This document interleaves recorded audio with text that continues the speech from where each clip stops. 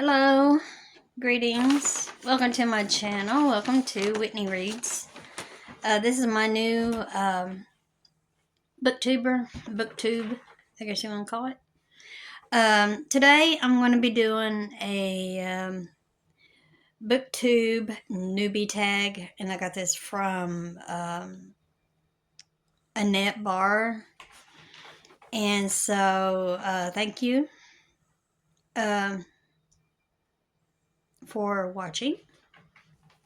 So anyways, shout out to Annette Barr. The first question is, why did you start your channel?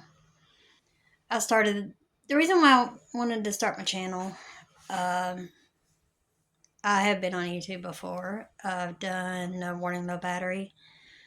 I've done some others. And I decided to do a booktube. I'm getting a bit too old for video games and Just Dance, and so I just decided to do a booktube. I've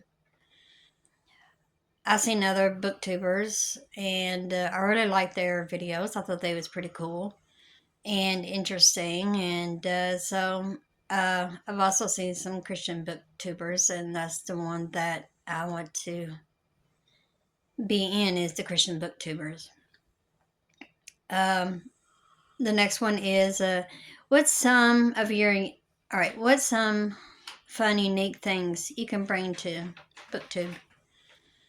Well, I can bring, let's see. I would say it would be new books, new stories, book accessories, mostly sharing Jesus, mostly, and sharing books, of course, and just to create and build a community. That's really what I want to do. No big to do or anything like that. The next one. What are you most excited about this new channel? I'm excited about, like I said, building a community, meeting new people, sharing books, and of course sharing Jesus with others like me. Why do you love reading? Well, it took me a while to get to love to read, per se, love to read. It took me a while. When I was in school, I hated reading. I mean, in class, I'd fall asleep. My head would be like this on my desk, and over my book, making it look like I was reading, but really I was sleeping. And I barely passed my reading classes, literature classes. I didn't really get much into literature in school, but there were some stories that I liked in literature. I liked some of the William Shakespeare, the classics. And I might start reading some of the classics here on my channel. But then as I got older, I'd say when I was 23, 24, I was in direct selling stuff like Pamper Chef, Party Light, and all that. And I got into the self-help books, and the how-to books and all that. And that's how I started beginning to read. And I was learning stuff and how to get ahead in business and how to get ahead in life. And really, that doesn't really matter now to me. What matters most is humbling myself, pretty much, and getting ahead is an idol. I mean, it's following the God, and I choose to follow only one. and not money, not cars, not, businesses. And so that's what started me reading and loving to read, because I was really getting into those books and stuff. And really, the self-help books wasn't teaching me anything. It taught me some stuff, but it never panned out. It just didn't pan out for me. And now I've been reading. You'll probably hear my cat meowing around here. He's somewhere. But anyways, then I started reading Christian books. I'm right now reading Gods at War, and that book has taught me a lot. I put it on my shorts, so you've probably seen it. And so that is a really good book, and if you want to check it out, please do so. It is a step on your toes, punch in the gut kind of book, What are you doing, Muffy? That's my cat. He's a sweet kitty. But anyways, the next question is, what book or series got you into reading? Well, that got me into, like I said before, I guess the last thing that I just said, was the self-help books. That's what got me into reading. And right now, the only book I think, and I am, how can you say, I am trying to not teach myself, but get myself into reading the Bible more and getting into it more than I have in the past, because in the past I didn't read the Bible that much. And I come from a home with my dad. He never had a Bible in his house. And or in our house, until I brought one in. My dad didn't mind if I had my own Bible. He didn't care. But I didn't really read in it, to understand it. I was just a kid, I was like in 6th grade or something, 5th or 6th grade. So reading the Bible, I say, is the first. I have been read to from the Bible from my grandfather, and in Sunday school when I was growing up, and so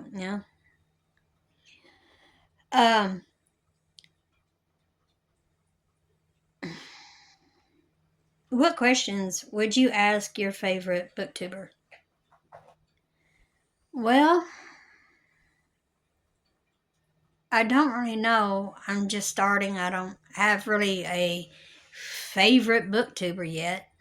But when I do find one, which is maybe she might or he might be watching my videos, and but I really don't know yet exactly who. Probably since I started watching Jeanette Bars, I can say that I like her, and her booktube is really great. And I've said, I haven't really watched a whole lot yet, but I will be tuning in to other booktubers and watching them and doing, trying to communicate, with other booktubers. But the question I would ask, other booktubers, what would I ask? What is your favorite coffee? And what is your favorite coffee mug? I think that would be the one that I would ask. I'm not sure, but just right off the top of my head. But yeah, I got some hot chocolate here. which is, you all probably have seen these before. This I got at the Goodwill. There's a story behind this mug here. Back in the 1980s, 1985, the Norman Rockwell Museum cups. You remember they used to sell these at Long John Silver's during the Christmas season? I had one, and I wanted one so bad when I was younger, when I was little, and I lost it, or it broke or something. My dad had it for a while. He drank his coffee in it. Then he got to the point he didn't drink no more coffee in it, so he started putting pins in the cup, which is, I got hot chocolate in this one. But this one's called For a Good Boy, and I really like this coffee mug, you know. I'll show it to you. That is, I mean, these mugs mean a lot to me. Most booktubers have coffee mugs. Got cool coffee mugs, nice ones. And but really, this one here is my most favorite. It's what I grew up with, you know. And there's nothing wrong, I don't think, of having what you've grown up with. Some things, after my dad passed away, I lost some things. Some things got stolen, but that's another story for another time. But anyways, childhood things, you know, there's nothing wrong carrying them throughout your life. So I'm here to say that.